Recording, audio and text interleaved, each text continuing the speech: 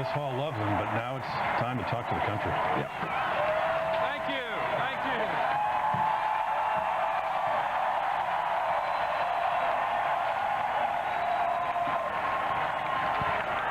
Thank you. Thank you. I speak tonight of gratitude, achievement, and high hopes for our country. Tonight, I think first of those who helped me get here, starting with the people of Tennessee, and then those who braved the first snows of Iowa and New Hampshire, and all of you here from all over this country who have come with me into the warm sunlight of this great city. While I can't thank each of you individually in words, I do so in my heart. And I know you won't mind if I single out someone who has just spoken so eloquently, someone I've loved with my whole heart since the night of my high school senior prom, my wife, Tipper. We've been lucky enough to find each other all over again at each new stage of our lives, and we just celebrated our 30th wedding anniversary. I want to acknowledge with great pride our 4 children, Kristen, Sarah, and Albert, our oldest daughter, Corinna, and her husband, Drew, and the youngest member of our family, who a little over a year ago was born on the 4th of July, our grandson, Wyatt, and my brother-in-law, Frank Hunger. I am honored tonight by the support of a leader of high ideals and fundamental decency, who will be an important part of our country's future, Senator Bill Bradley.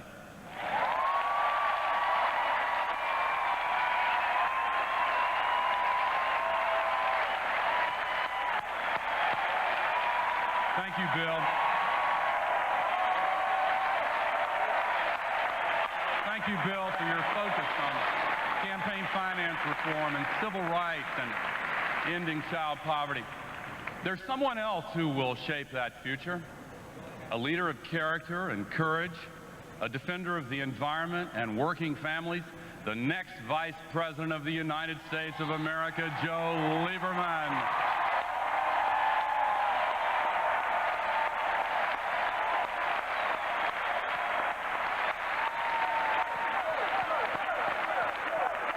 And Hadassah and their wonderful family.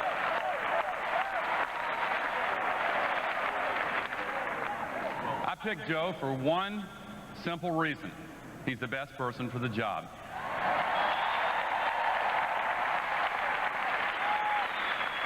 For almost 8 years now, I've been the partner of a leader who moved us out of the valley of recession and into the longest period of prosperity in American history. I say to you tonight, millions of Americans will live better lives for a long time to come because of the job that's been done by President Bill Clinton.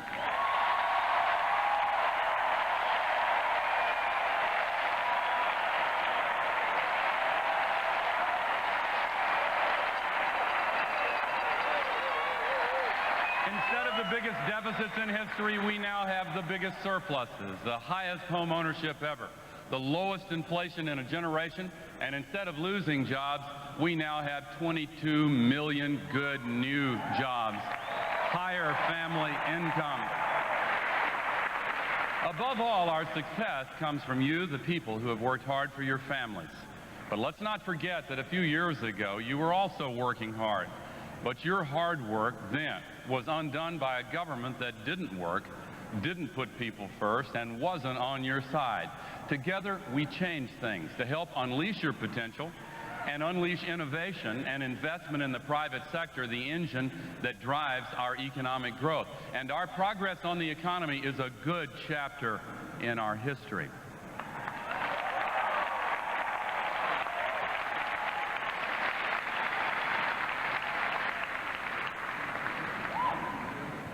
But now we turn the page and write a new chapter. And that's what I want to speak about tonight. This election is not an award for past performance. I'm not asking you to vote for me on the basis of the economy we have. Tonight, I ask for your support on the basis of the better, fairer, more prosperous America we can build together.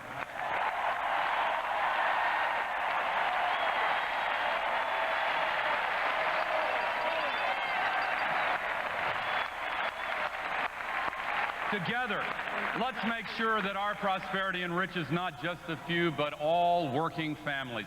Let's invest in health care, education, a secure retirement, and middle-class tax cuts. I'm happy that the stock market has boomed and so many businesses and new enterprises have done well. This country is richer and stronger, but my focus is on working families, people trying to make house payments and car payments, working overtime to save for college and do right by their kids.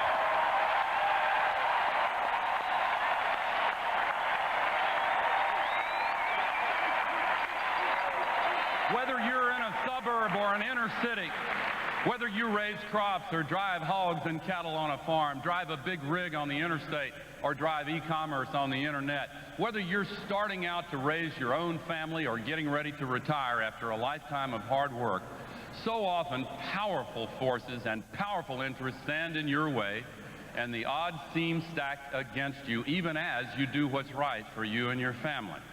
How and what we do for all of you, the people who pay the taxes, bear the burdens, and live the American dream, that is the standard by which we should be judged. And for all of our good times, I am not satisfied. To all the families in America,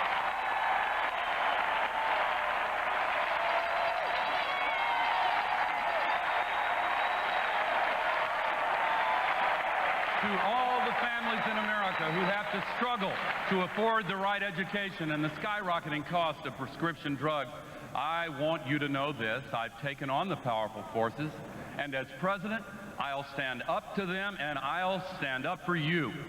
To all the families who are struggling with things that money can't measure, like trying to find a little more time to spend with your children, or protecting your children from entertainment that you think glorifies violence and indecency, I want you to know I believe we must challenge a culture with too much meanness and not enough meaning. And as president, I will stand with you for a goal we all share: to give more power back to parents, to choose what your own children are exposed to, so you can pass on your family's basic lessons of responsibility and decency. The power should be in your hands. The future should belong to everyone in this land. Everyone, all families. We could squander this moment, but our country would be the poorer for it. Instead, let's lift our eyes and see how wide the American horizon has become.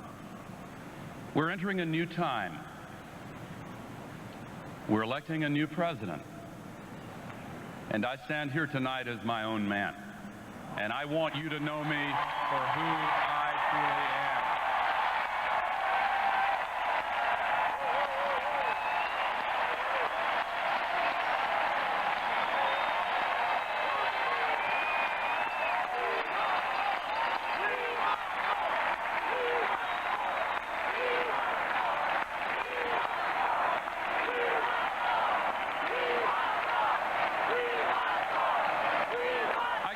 In a wonderful family. I have a lot to be thankful for, and the greatest gift my parents gave me was love.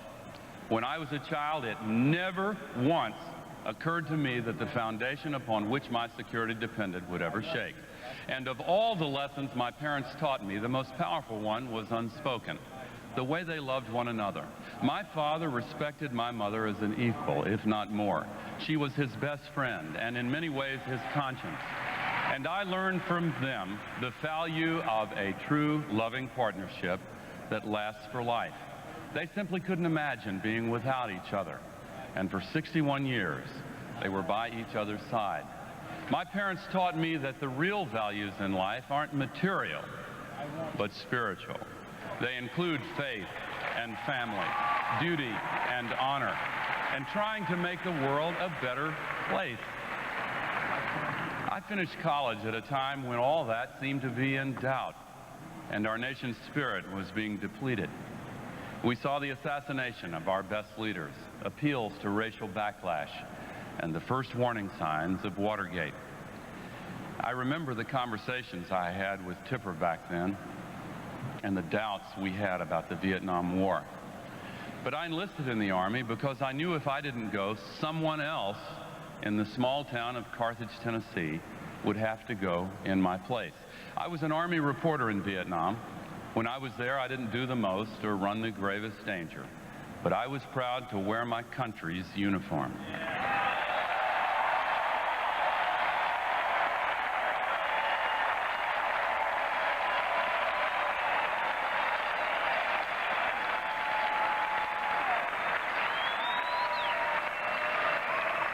Let me tell you, when I came home, running for office was the very last thing I ever thought I would do.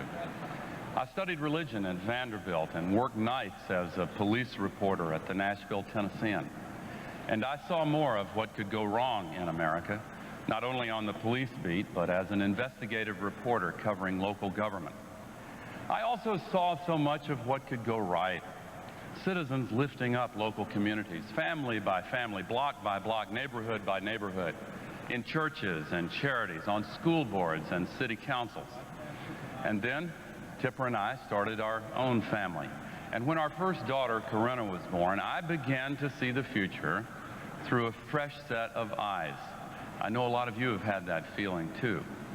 And I decided I couldn't turn away from service at home any more than I could have turned away from service in Vietnam. That's why I ran for Congress. In my first term, a family in Hardeman County, Tennessee, wrote a letter and told how worried they were that toxic waste, a lot of it, had been dumped near their home. I held some of the first hearings on the issue, and ever since, I've been there in the fight against the big polluters. Our children should not have to draw the breath of life in cities awash in pollution. When they come in from playing on a hot summer afternoon, every child in America, anywhere in America, ought to be able to turn on the faucet and get a glass of safe, clean, drinking water. On the issue of the environment, I've never given up, I've never backed down, and I never will. And I say it again tonight, we must reverse the silent rising tide of global warming. And we can. In the Senate and as Vice President, I fought for welfare reform. Over and over again, I talked to folks who told me how they were trapped in the old welfare system. I saw what it did to families. So I fought to end welfare as we then knew it, to help those in trouble, but to insist on work and responsibility. Others talked about welfare reform. We actually reformed welfare and set time limits. Instead of handouts, we gave people training to go from welfare to work. And we have cut the welfare rolls in half and moved millions into good jobs.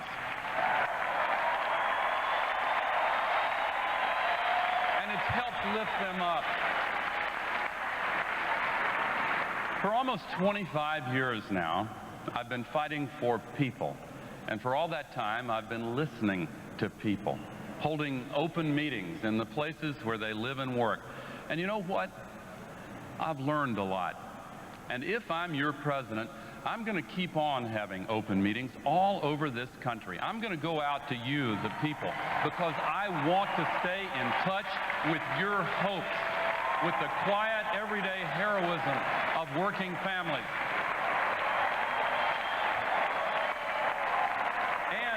Because I've learned that the issues before us, the problems and the policies, all have names. And I don't mean the big fancy names that we put on programs and legislation. I'm talking about family names like Nystol, Johnson, Gutierrez, and Malone. People and families I've met in the last year all across this country. And here's what they've told me. I met Mildred Nystol in Waterloo, Iowa. Because of our welfare reform, she has left welfare and found a good job training electricians, and she's become a proud member of IBEW Local 288. Now,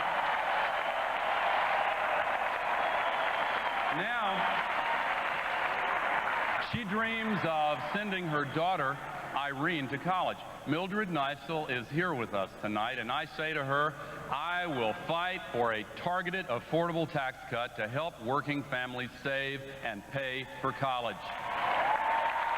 They need help, and we'll give it to them. It's the key to our future. I met Jacqueline Johnson in St. Louis, Missouri.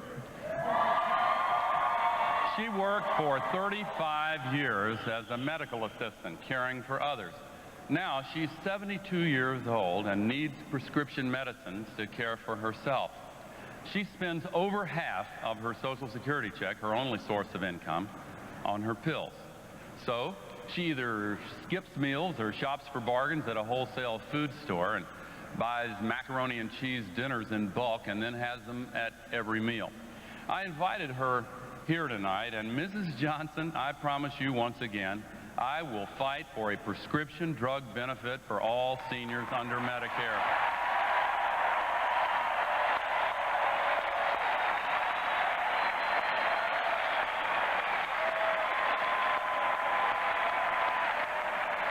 It's just wrong for seniors to have to choose between food and medicine while the big drug companies run up record profits. That is wrong. I met George and Juanita Gutierrez in San Antonio, Texas. Their daughter Katerina has just started the 4th grade at Davy Crockett Elementary School. The school building is crumbling and overcrowded with cracked walls and peeling plaster.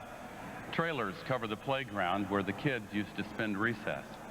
The Gutierrez family is here tonight, and I tell them again, I will fight to rebuild and modernize crumbling schools and reduce class size.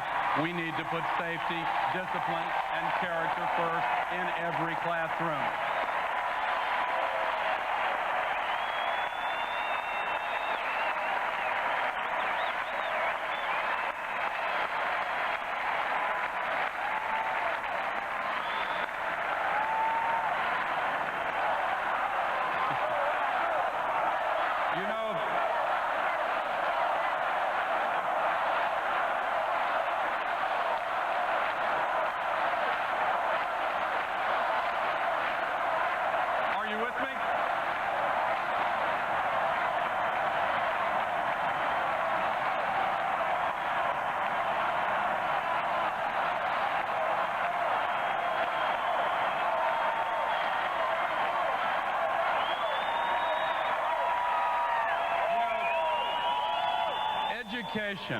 Education may be a local responsibility, but I believe it also has to be our #1 national priority. We can't stop until every school in America is a good place to get a good education.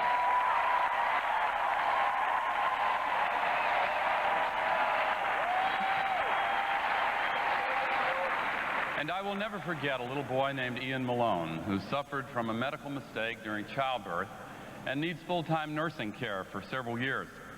I met him and his parents in Seattle, near Everett, Washington, their home, and their HMO had told the Malones that it would no longer pay for the nurse they needed, and then actually told them they should consider giving Ian up for adoption. That's when his mom and dad got really mad. They told their story in public, and the HMO was embarrassed. Because they fought for their baby, today Ian has the care he needs to stay alive. But no family in America should have to go on national television to save their child's life.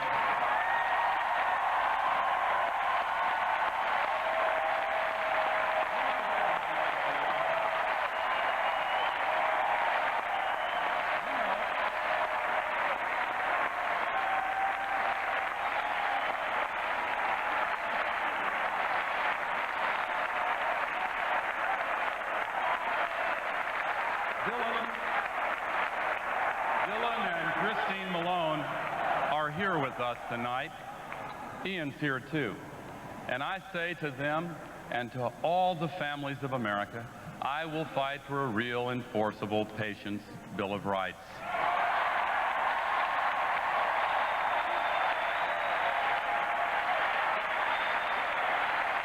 It's just wrong to have life and death medical decisions made by bean counters at HMOs who don't have a license to practice medicine and don't have a right to play God. It's time to take the medical decisions away from the HMOs and insurance companies and give them back to the doctors and the nurses and the healthcare professionals. Let's make that a bipartisan issue. So, this is not just an election between my opponent and me. It's about our people, our families, and our future, and whether forces standing in your way will keep you from living a better life. To me, this election is about Mildred Neistel, Jacqueline Johnson, Caterina Gutierrez, Ian Malone. It's about millions of Americans whose names we may never know, but whose needs and dreams must always be our calling. And so here tonight, in the name of all the working families who are the strength and soul of America, I accept your nomination for President of the United States of America.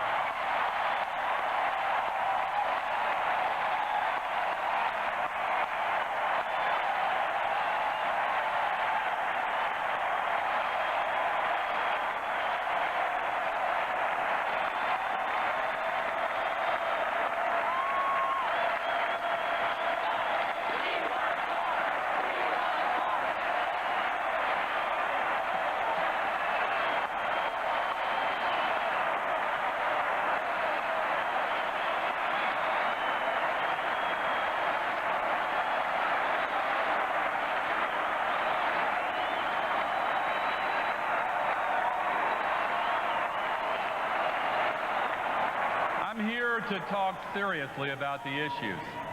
I believe people deserve to know specifically what a candidate proposes to do. I intend to tell you tonight. You ought to be able to know and then judge for yourself. If you entrust me with the presidency, I will put our democracy back in your hands and get all the special interest money, all of it, out of our democracy by enacting campaign finance reform. I feel so strongly about this. I promise you that campaign finance reform will be the very first bill that Joe Lieberman and I send to the United States Congress.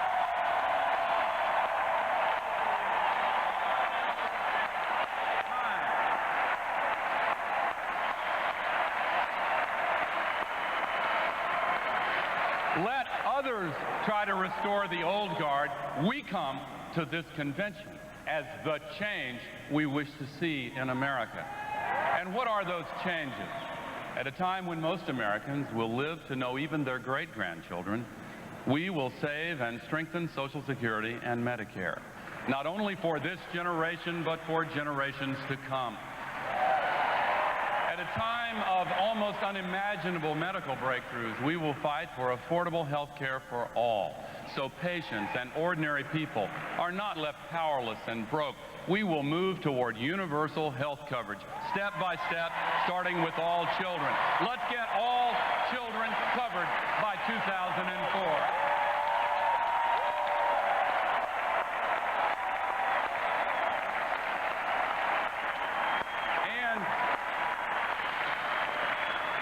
And let's move to the day when we at long last end the stigma of mental illness and treat it like every other illness everywhere in this nation. And I thank you, Kipper, for leading the way.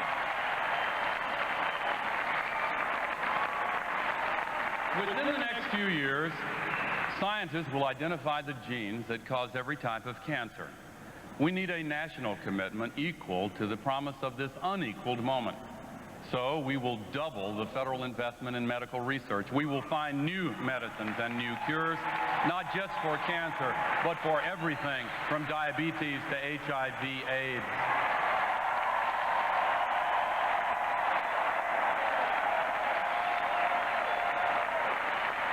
At a time when there is more computer power in a Palm Pilot than in the spaceship that took Neil Armstrong to the moon, we will offer all our people lifelong learning and new skills for the higher paying jobs of the future.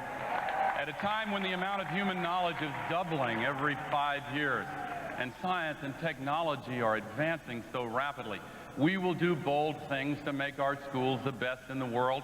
I will fight for the greatest single commitment to education since the GI Bill,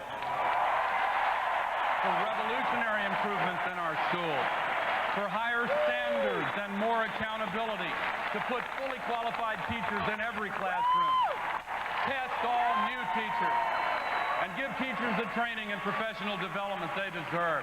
It's time to treat and reward teachers like the professionals that they are.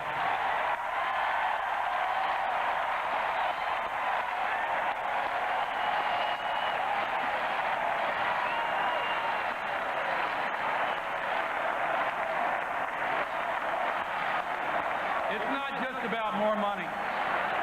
It's about higher standards, accountability, new ideas. But we can't do it without new resources.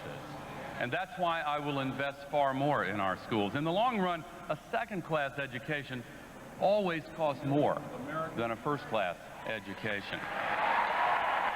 And I will not go along with any plan that would drain taxpayer money away from our public schools and give it to private schools in the form of vouchers.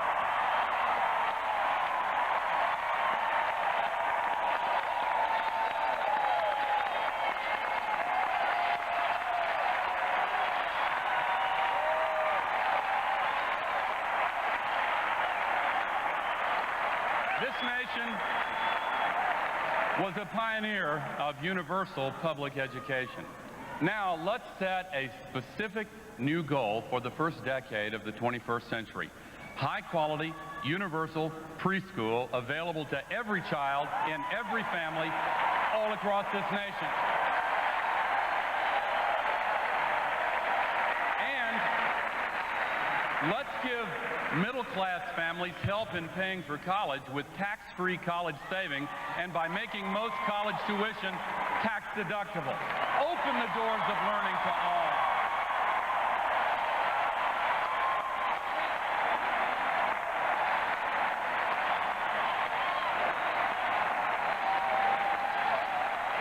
And all of this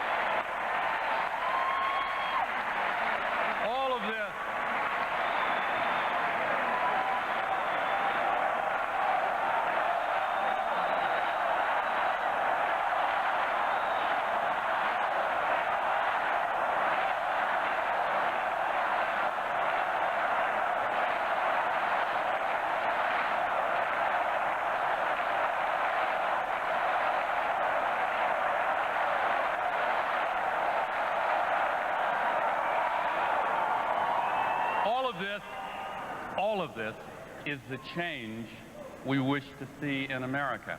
Not so long ago, a balanced budget seemed impossible. Now, our budget surpluses make it possible to give a full range of targeted tax cuts to working families, not just to help you save for college, but to pay for health insurance and child care, to reform the estate tax so people can pass on a small business or a family farm, and to end the marriage penalty the right way, the fair way, because we should not force couples to pay more in income taxes just because they're married. But let me say it plainly, I will not go along with a huge tax cut for the wealthy at the expense of everyone else and wreck our good economy in the process.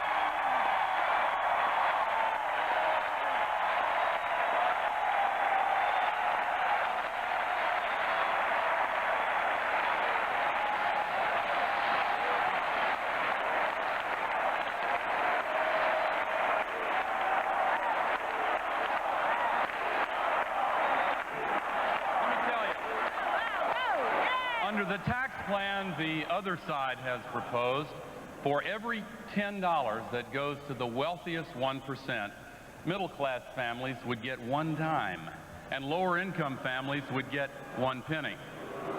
In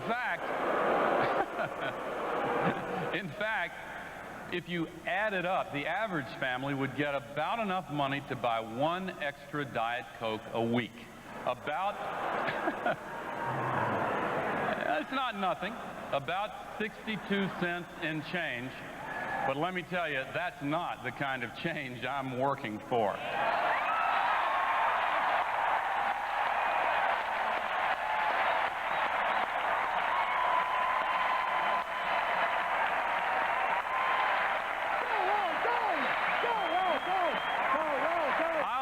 for tax cuts that go to the right people, to the working families who have the toughest time paying taxes and saving for the future. I'll fight for a new tax-free way to help you save and build a bigger nest egg for your retirement. I'm talking about something extra that you can save and invest for yourself, something that will supplement Social Security, not be subtracted from it. But I will not go along with any proposal to strip $1 out of every $6 from the Social Security Trust Fund and privatize the Social Security that you're counting on. That's Social Security minus. Our plan is Social Security plus.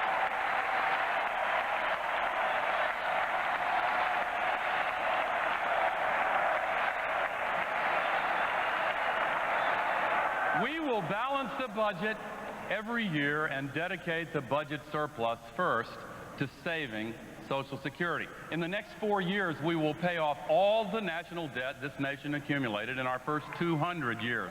This will put us on the path to completely eliminating the debt by 2012, keeping America prosperous far into the future. But there's something else at stake in this election that's even more important than economic progress. Simply put, it's our values. It's our responsibility to our loved ones, to our families. And to me, family values means honoring our fathers and mothers, teaching our children well, caring for the sick, respecting one another, giving people the power to achieve what they want for their families. Putting both Social Security and Medicare in an ironclad lockbox where the politicians can't touch them, to me, that kind of common sense is a family value. Hands off Medicare and Social Security trust fund money. I'll veto anything that spends it for anything other than Social Security and Medicare. Getting cigarettes out of the hands of kids before they get hooked is a family value. I will crack down on the marketing of tobacco to our children, no matter how hard the tobacco companies lobby and no matter how much they spend. A new prescription drug benefit under Medicare for all our seniors, that's a family value. And let me tell you, I'll fight for it, and the other side will not. They give in to the big drug companies. Their plan tells seniors to beg the HMOs and insurance companies for prescription drug coverage. And that's the difference in this election. They're for the powerful. We're for the people.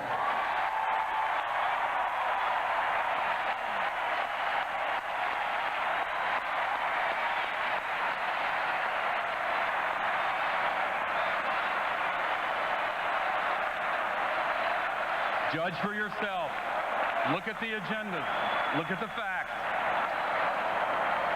Big tobacco, big oil, the big polluters, the pharmaceutical companies, the HMOs.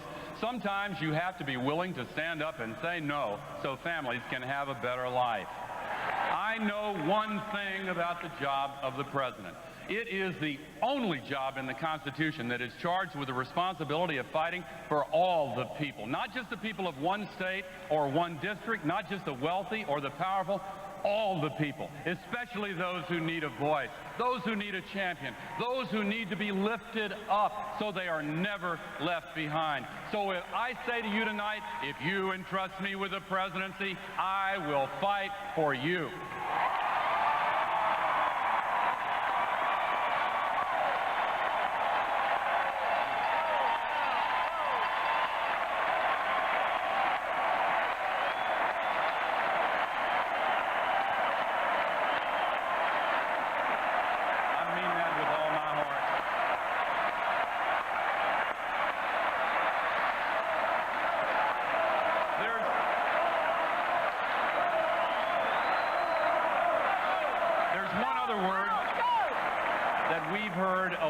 In this campaign, and that word is honor. To me, honor is not just a word, but an obligation. And you have my word. We will honor hard work by raising the minimum wage so that work always pays more than welfare. We will honor families by expanding child care and after-school care and family and medical leave, so working families have the help they need to care for their children. Because one of the most important jobs of all is raising our children. And we'll support the right of parents to decide that one of them will stay home longer with their babies if that's what they believe is best for their families. We will honor the ideal of equality by standing up for civil rights and defending affirmative action.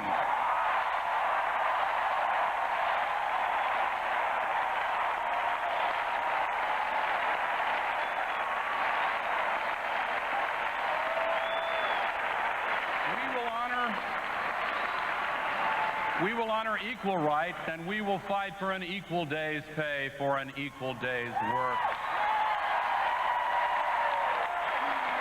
And let there be no doubt, I will protect and defend a woman's right to choose. The last thing this country needs is a Supreme Court that overturns Roe v. Wade.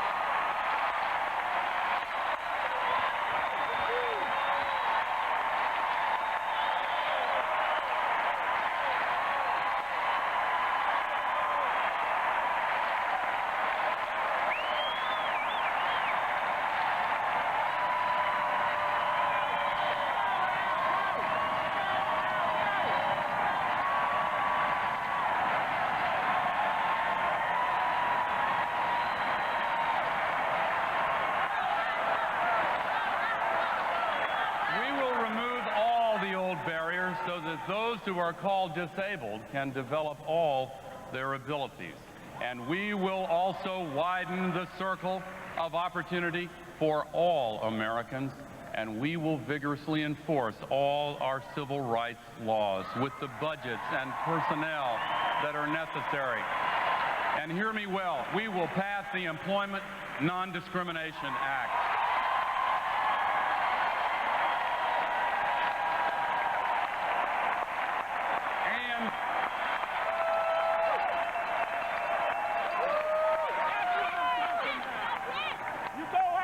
And we will honor the memory of Matthew Shepard and Joseph Ileto and James Byrd, whose families all joined us this week by passing a law against hate crimes.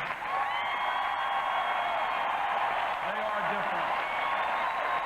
We need to embody our values in that new law. It's time. We will honor the hard work of raising a family by doing all we can to help parents protect their children.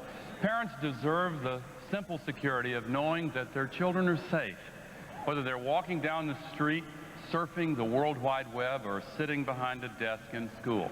To make families safer, we passed the toughest crime bill in history, and we're putting 100,000 new community police on our streets. Crime has fallen in every major category for 7 years in a row, but there's still too much danger, and there's still too much fear. So tonight, I want to set another new specific goal to cut the crime rate every year, year after year, all the way till the end of this decade, every single year. That's why I'll fight to add another 50,000 new police. Community police. Prevention. Community police who help prevent crime by establishing real relationships between law enforcement and neighborhood residents, which incidentally is the opposite of racial profiling, which must be brought to an end throughout the criminal justice system.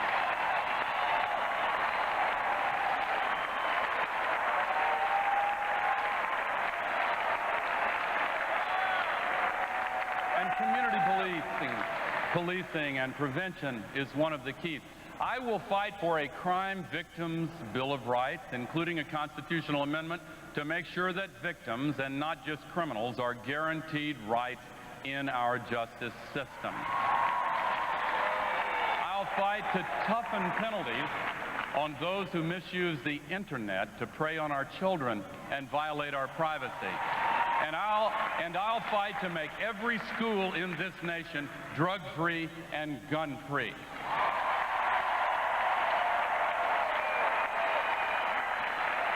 I believe in the right of sportsmen and hunters and law-abiding citizens to own firearms.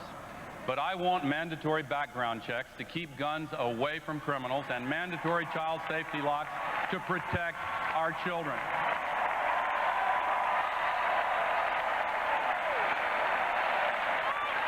Tipper and I went out to Columbine High School after the tragedy there, and we embraced the families of the children who were lost. And I will never forget the words of the father who whispered into my ear, "Promise me that these children will not have died in vain." All of us must join together to make that promise come true. Laws and programs by themselves will never be enough. All of us, especially all parents, need to take more responsibility. We need to change our hearts and make a commitment to our children and to one another. We need to lift up the meaning in their lives. You know, I am excited about America's prospects and full of hope for America's future. Our country has come a long way. And I've come a long way since that long ago time when I went to Vietnam. I've never forgotten what I saw there and the bravery of so many young Americans. The price of freedom is sometimes high, but I've never believed that America should turn inward. As a senator, I broke with many in our party and voted to support the Gulf War when Saddam Hussein invaded Kuwait, because I believed America's vital interests were at stake. Early in my public service, I took up the issue of nuclear arms control and nuclear weapons, because nothing is more fundamental than protecting our national security. Now I want to lead America because I love America. I will keep America's defenses strong. I will make sure our armed forces continue to be the best equipped, best trained, and best led in the entire world. They are now, and they will be. In the last century, this nation, more than any other, freed the world from fascism and communism. But a newly free world still has dangers and challenges, both old and new. We must always have the will to defend our enduring interests, from Europe to the Middle East to Japan and Korea. We must strengthen our partnerships with Africa, Latin America, and the rest of the developing world. We must confront the new challenges of terrorism, new kinds of weapons of mass destruction, global environmental problems, and new diseases that know no national boundaries and can threaten national security. We must welcome and promote truly free trade. But I say to you, it must be fair trade. We must get standards. We must set standards to end child labor, to prevent the exploitation of workers and the poisoning of the environment. Free trade can and must be, and if I'm president, will be, a way to lift everyone up, not bring anyone down to the lowest common denominator.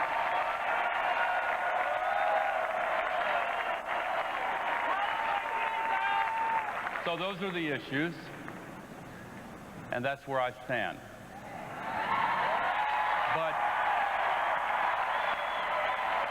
But I also want to tell you just a little more about two of my greatest heroes, my father and my mother.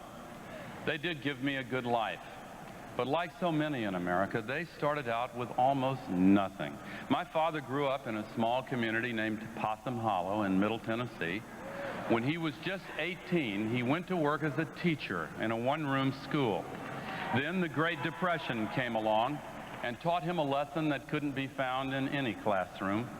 He told me and my sister often how he watched grown men with wives and children they could neither feed nor clothe on farms they could no longer pay for.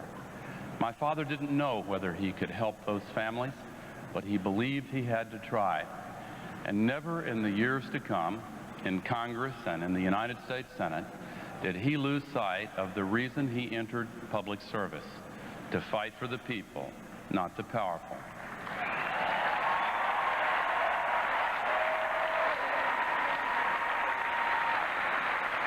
My mother grew up in a poor farming community in northwest Tennessee.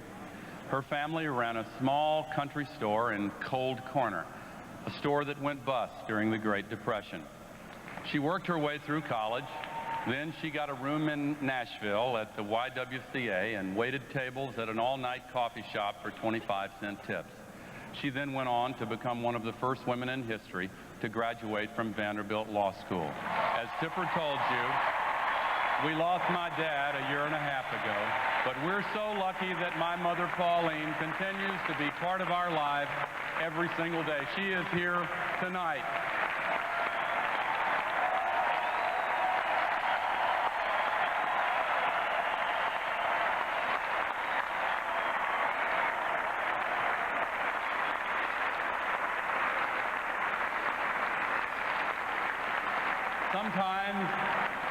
Sometimes in this campaign, when I visit a school and see a hardworking teacher trying to change the world one child at a time, I see the face of my father. And I know that teaching our children well is not just the teacher's job, it's everyone's job, and it has to be our national mission. I've shaken hands in diners and coffee shops all across this country, and sometimes when I see a waitress working hard and thanking someone for a tip, I see the face of my mother.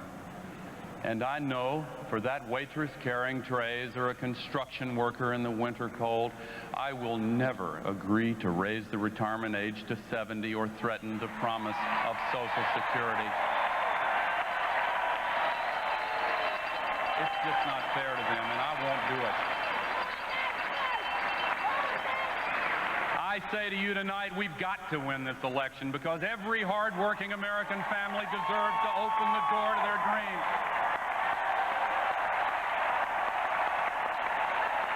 In our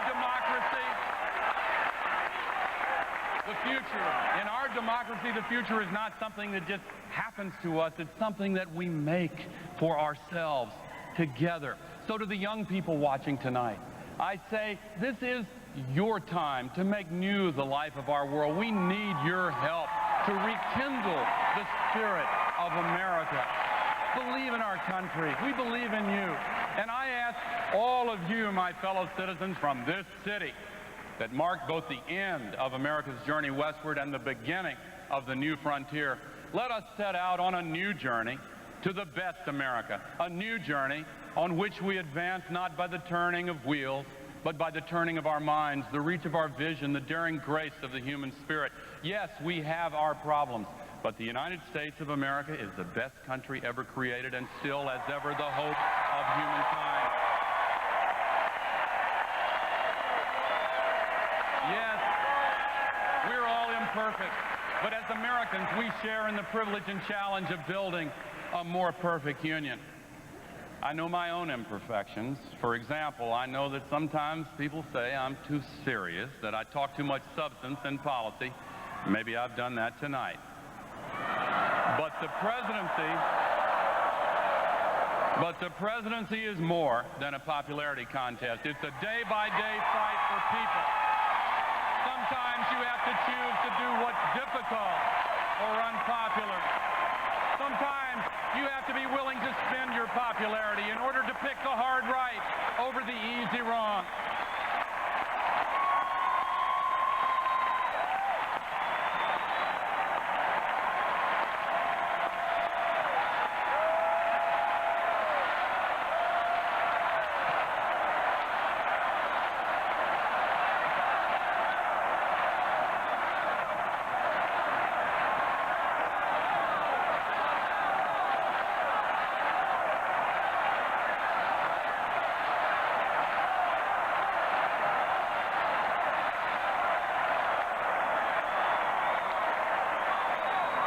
Choices ahead, and our whole future is at stake. And I do have strong beliefs about it. If you entrust me with the presidency, I know I won't always be the most exciting politician. But I pledge to you tonight I will work for you every day, and I will never let you down.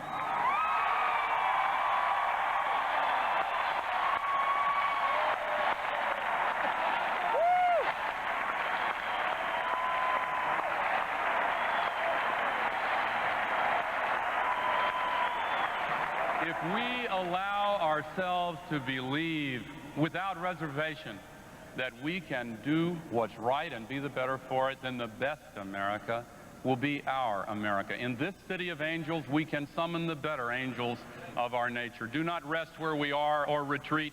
Do all we can to make America all it can become. Thank you. God bless you. God bless America.